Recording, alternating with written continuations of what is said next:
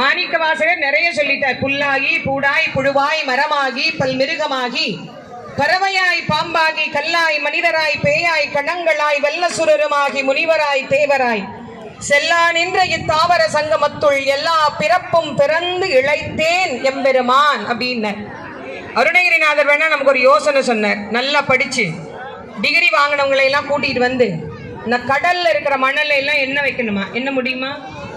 அப்படியே ஒரு கைப்பிடி மணலை எடுத்து எண்ணி பாருங்க, என்ன முடியுமான்னு. சத்தியமா முடியாது. ஆனா அருணகிரிநாதர் சொன்னார், ஒரு காலத்துல விஞ்ஞானம் வளர்ந்து இந்த 7 கடல் மணலையும் அளந்தாலும் அளந்துடலாமா, ஆனா நாம் எடுத்த பிறவி ஒன்று மட்டும் அளவிட முடியாதுன்னார்.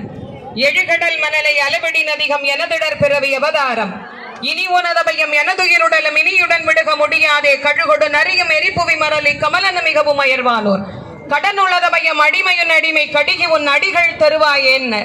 அப்ப எத்தனை பிறவி எடுத்தாலும் அது முருகனை சுற்றிய பிறவியாகவே இருக்க வேண்டும்னா கேட்கலாம். பிறவா வரத்தை கேட்கும் நாம் நம்முடைய வினை பயனால் பிறந்தாலும் எங்க பிறக்கலாம்? மண்ணானா